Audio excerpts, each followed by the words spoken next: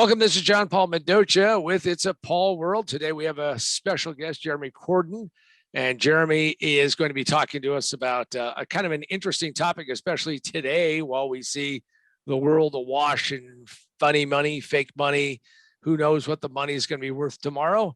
Hopefully it doesn't end up like Zairian money, where you would have a $10 trillion note and people would say, yeah, we're not even going to give you a pack of gum for it. But he's going to be speaking and talking at FreedomFest 2021 in South Dakota. And hey, Jeremy, thank you for coming in and sharing, about yourself. Why don't you talk a little bit about who you are and what you've been up to?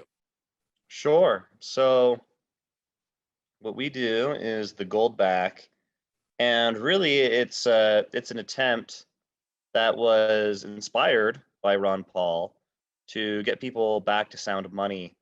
Um, the gold standard had some problems with it, and I think the biggest problem that we don't talk about a whole lot is that really what it was is you had a tri-metal system, where you had 100 copper pennies is one silver dollar and 20 silver dollars is a gold piece. So you had the government force pegging three industrial metals together at a fixed ratio under penalty of death. And a lot of our copper now, it's in our wires, our silver's in our solar panels. If we took control of the Fed, there's not like a magic lever that's in the building somewhere to go back to the gold standard. There's still plenty of gold, but the problem's been that it's been too valuable to spend. And that's the problem that we took aim at with the Goldback. This is 1,000th of an ounce of gold. It's worth just under $4. Well, that's interesting because if you went out and tried to buy gold, and I hear this all the time when I talk to somebody who says, I'm thinking of buying some gold, and gold is roughly $1,800 an ounce as we're recording this, maybe a little below that, is that, you're going to go out and you give them 1,800 US buckaroos and you get 1 ounce and you've got this coin. And now what do you do with it? So is it designed to kind of expand beyond that paradigm of, putting it in a vault and, not watching it? Yeah, that's kind of been the play with gold for a long time. They say, well, buy it and forget you have it. Stick it in your closet, stick it in your pipe, stick it in your garden. Hide your gold somewhere, because if you don't hold it, you don't own it. But also, what are you going to do with it? It's like, I guess you could die and leave it to your kids. I guess you could try to make jewelry or something out of it.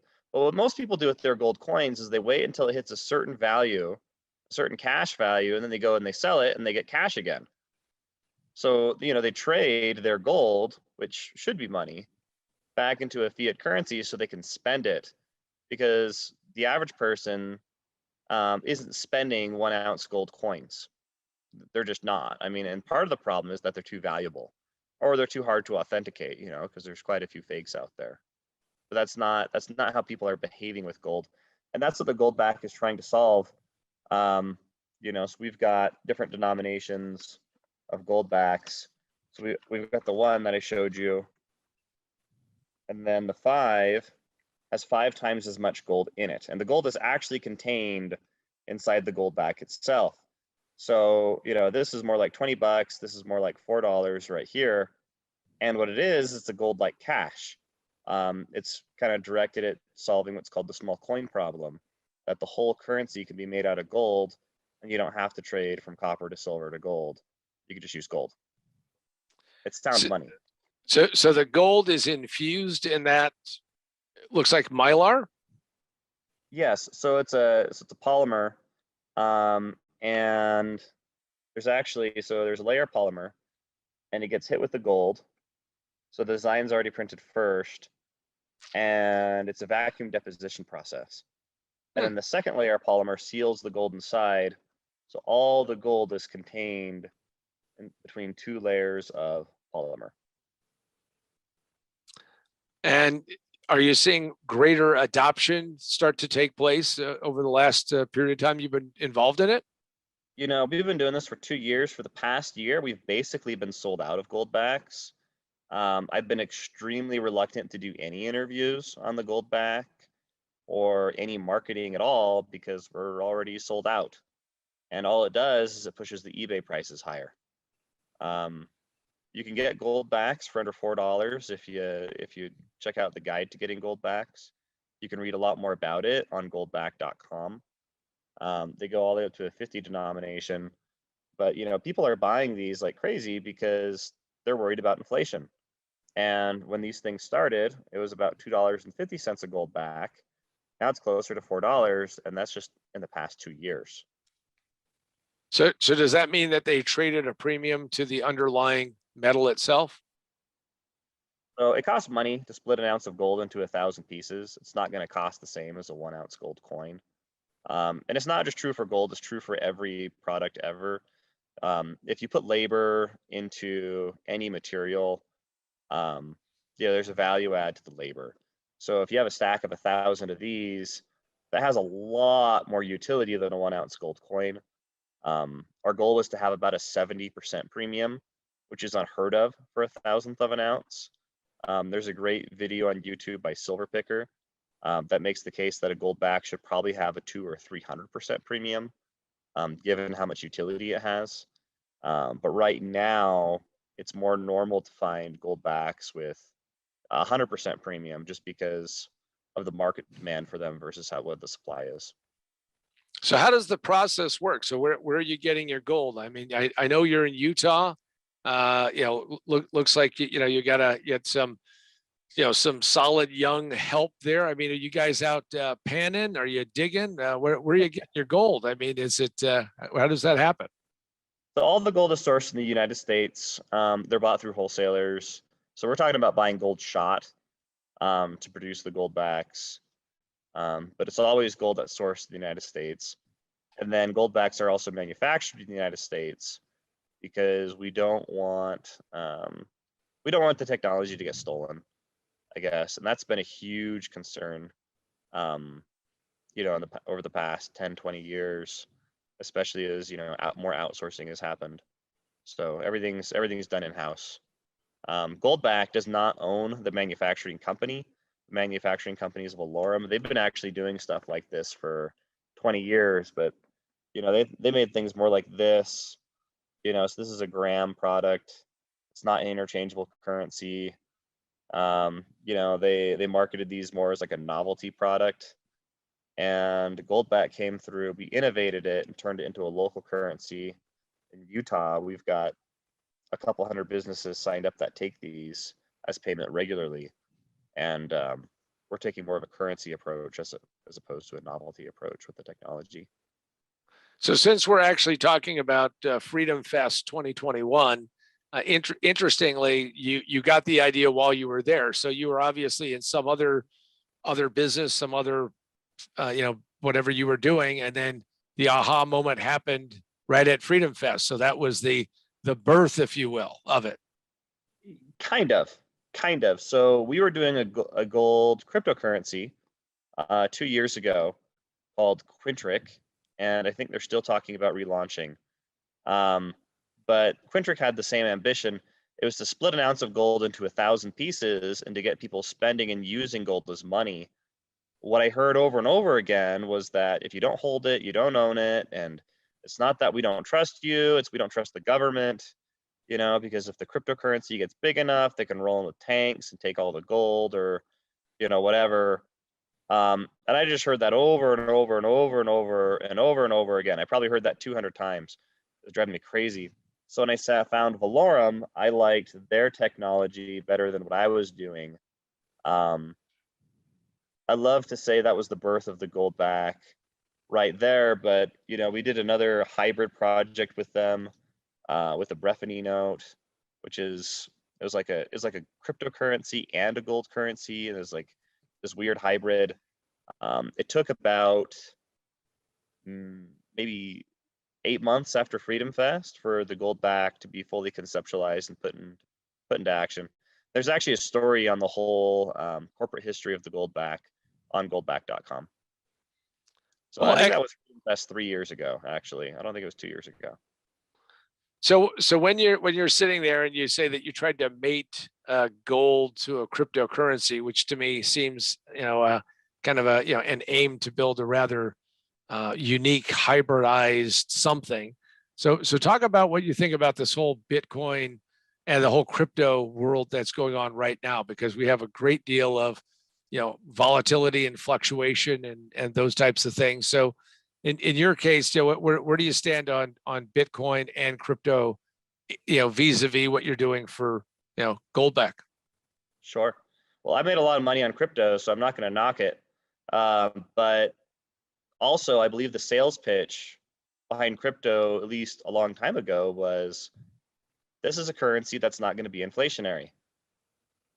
And it was trying to solve that same problem that we are. And they've proved that there's a lot of demand in the market for a currency that's not inflationary. Now, gold has its uses. There's a lot of vaults with gold in it, right? Around the world, there's trillions of dollars in gold.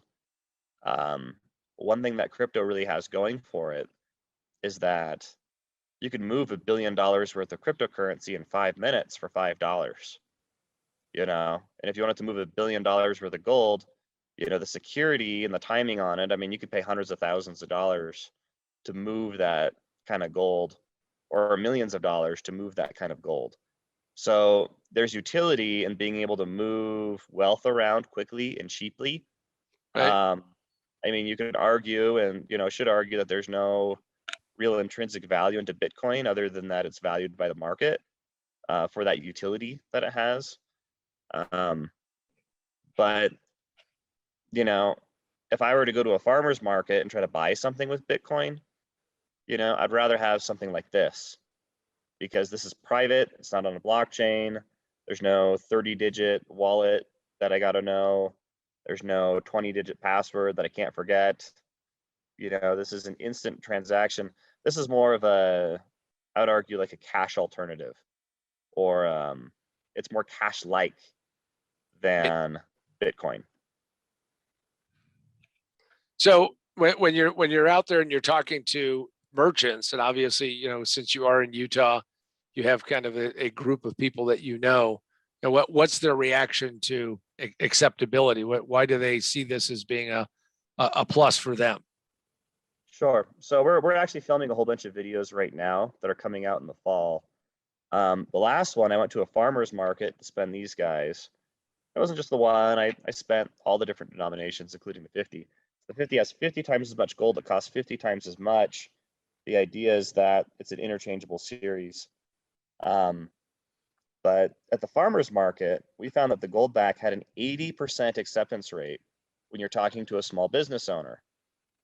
Now, I was hoping to have like a 10 or 15% acceptance rate when we launched the Goldback. It's a lot better than that. And I think it's because small business owners, they're willing to trade their time and their labor and their effort for gold. It's not that hard of a sell. About 2 years ago, we did the same thing in Utah, and we found that it was closer to 50% of small business owners were willing to take gold as payment. But you have to be dealing directly with the business owner, not like the secretary or whatever. So it's about a 50% acceptance rate in the state of Utah, but outside of Utah, it's higher than you think. Okay. We've spent these things in Oregon and Nevada. It's about, maybe like a 30% or 25% acceptance rate with small business owners. So these things are spent all over the world. So somebody wants to all right. So before we get into that, talk to me about what are you going to talk about at FreedomFest? So what's going to be the push for today? Because clearly we're coming out of the pandemic globally, still Sure. in the middle of it in a lot of places. We're seeing massive printing presses running, and in fact that's even a misnomer. There are no printing presses anymore. I mean, it's entries on a digital ledger. So it's ironic when people talk about how crypto is so bizarre, right? How crypto is so so many layers removed from reality. When the Fed prints $6 trillion, it's not like they have stacks and stacks of hundreds somewhere, and they palletize it. They have a ledger number. So, right. What are you going to talk about at FreedomFest? What's going to be the key things you want to talk about? Well, I told you we've been selling out for about a year, so I don't really need to add a whole lot of gasoline to this. Most of the growth is grassroots, it's word of mouth. There's a couple 100,000 people that own and use Goldbacks now. And we can't even seem to put the brakes on it just to have the demand match the market, and that's why we're seeing higher premiums on Goldbacks. That's why you're seeing, groups like ATMEX selling them for $6. They're just trying to keep them in stock, right?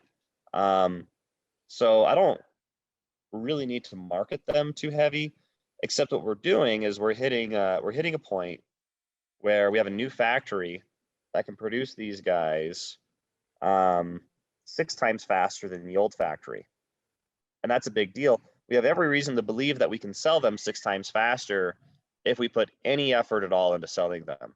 If the premiums get more normalized, we think they're just going to fly. We have every reason to believe that'll be the case. But 6 times as much production means that we have to have a lot more gold in the process to make Goldbacks. So we actually have a program where people can put their gold in and lease us their gold, and we pay a return. We pay up to 3.5% on gold, in gold, which is a great return on capital. But it's actually a way to put your gold to work. Most people's gold, it's sitting in their floorboards, or in a vault and accruing fees, but it's not working for them. And that's one of the other big complaints about gold is it's not working for you. It's sitting there. It's wealth that's not being put to work, or it can't be put to work. And that's one other problem that we're trying to solve with these Goldback leases, is that you can put your gold to work. We'll use it to make more Goldbacks and cycle those Goldbacks. Think of it as like oil in a car engine. You need to have some gold in the system to kind of get these all out there. But that's what we're going to be looking for at FreedomFest. We're going to be looking for people that have already bought gold, but might want to put it to work. And you figure if you have $1 million worth of gold, you can maybe make $35,000 a year in interest on gold, in gold. And if gold goes up, great. The amount of interest that you're going to get is going to go up in terms of dollars. So that's a great way to put your money to work versus like a bond or a CD or maybe even a treasury, just because you're looking at a good low risk return where the whole thing is protected because it's denominated in sound money or gold. So where do you see the Goldback going? You go to FreedomFest, you get some people who bring their burros in with gold bags attached to their burros or whatever it might be. So what do you see this going in the next 2-3 years? You know what? Right now we're only producing about $1 to $2 million worth of Goldbacks every month. It's going to be going up to more like 10 million every month. I think we're going to be able to sell that. But you forecast 10 million over a year, it's only $120 million worth of Goldbacks. And in the currency markets, that's kind of a drop in the bucket. Even in 2 years, if we made another factory, I would be very, like, the most ambitious I see this getting over the next 2.5 years or so is to get about $1 billion worth of Goldbacks out there, which again is just a tiny, tiny, tiny fraction of the gold market. It's an even tinier fraction of the currency markets.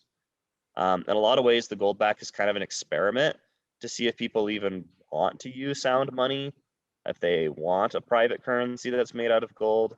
So far, the response has been really great, but we're seeing how these things do with circulation and wear and tear. We've got actually special Goldback wallets that are brand new, or a new Goldback wallet, just so they don't bend as much, they don't wear out as fast. And that's the thing with the Goldback. That's one of the challenges. If you ripped a $100 bill or you wear that sucker out, they can make another one for like 8 cents or something. These guys, this is like, $170, $180. And if you wear this guy out and crumple this guy up, we can't just replace that for 8 cents. So, it requires a certain degree of responsibility to use Goldbacks and to circulate them in a way that doesn't wear them out too bad. And it's an experiment. We can see if gold can be used as a currency or not. So, I think in 2 years, we could have 100 million, 200 million, not more than $1 billion worth of Goldbacks out there. That's very, very itty bitty compared to like the crypto markets or any other, big precious metals markets. But that's kind of what we're looking at. So we're excited about, going on that ride. But part of that is right now we're borrowing somewhere between $7 to $8 million worth of gold to produce Goldbacks, and we need that number to be closer to like 10 or 12 by August or September. So we're hoping to find a couple $1 million at FreedomFest that people want to put to work. Well, FreedomFest is going to be in South Dakota, and you'll be very close to Deadwood, which was, I think, the last huge stake or find of gold in North America, or at least in the United States, not North America, but United States. So you'll be close by. Yeah, well, I don't think I'm going to pan it. Hopefully I'm going to find some savers, but time. Yeah, I'm being a little tongue in cheek. I'm just saying that Sure. you're close to the biggest gold strike in North America, the last big gold strike in North America. So, but that sounds excellent. And then and what sessions are you going to be in? I mean, obviously, you're pretty involved in FreedomFest. So what are some of the things you could be doing? So we're going to be doing a luncheon. We're going to be talking about, going into details about the Goldback lease program. I'm also doing an interview and a breakout session. So, and most of it, I believe, is on Thursday. So, we're hoping to give everybody at FreedomFest a free Goldback, in their welcome bag. So hopefully people won't throw their bags out. Really the other thing that we're doing at FreedomFest is we're kind of taking a victory lap. I mean, the Goldback has done phenomenally well. We just raised a couple $1 million, at a $50 million valuation. And it's just, the company's been so profitable and doing so well that, it's hard not to be excited. We're solving a big problem, or we're attempting to, at least, cut around the edge of it a little bit. Well, I'm a believer in sound money, and I think that it sounds like a very fascinating thing. And I look forward to meeting with you at FreedomFest. So how does everybody get a hold of you before FreedomFest? Give us that one more time. So you can go to goldback.com. Our contact information's on there. You can send an email to info@goldback.com. If you want to get a hold of us. We're still kind of a small company. We're a wholesale company. We've got, maybe 8 employees. But yeah, we'll be at FreedomFest, and you'll see our booth. Well, excellent. Hey, Jeremy Cordon has been our guest on this interview for his trying to get sound money out there and see if people will actually use and spend sound money. The first thing that pops into my mind is I go and give somebody one of my Goldbacks that I have in my my fancy wallet. And, how do I get my change back? And I know how that's going to come about. I'm going to get my change back in good old US greenbacks if I'm in the US. So, I take a little step down right there to begin with, but it sounds fascinating. Hopefully you've learned a little bit about it. Go check out Jeremy at FreedomFest. And I'm going to make as I do on every one of these, is to say, here's why you should go to FreedomFest 2021. You'll get a chance to meet Jeremy at the event. You'll be able to talk to some interesting people. If you've ever wondered about how to get involved in more libertarian ideas and concepts, what better place to do it than FreedomFest? And Jeremy's talking about trying to give a premium. I mean, one of the biggest challenges that you meet when people say, "I would like to have gold," if you want to show this to other people, buy some. Sounds like you go buy some Goldbacks and you've got gold right there, and you're not spending $1,800, and you can have it, and maybe it turns something on, a light bulb on for you. So, Jeremy, thanks a lot for coming on. Yeah, thank you for having me. I appreciate it. And for all of you out there, we'll have some links down below, and go check it out. And we'll look forward to seeing you at FreedomFest 2021 in South Dakota. Free minds, free markets, freedom.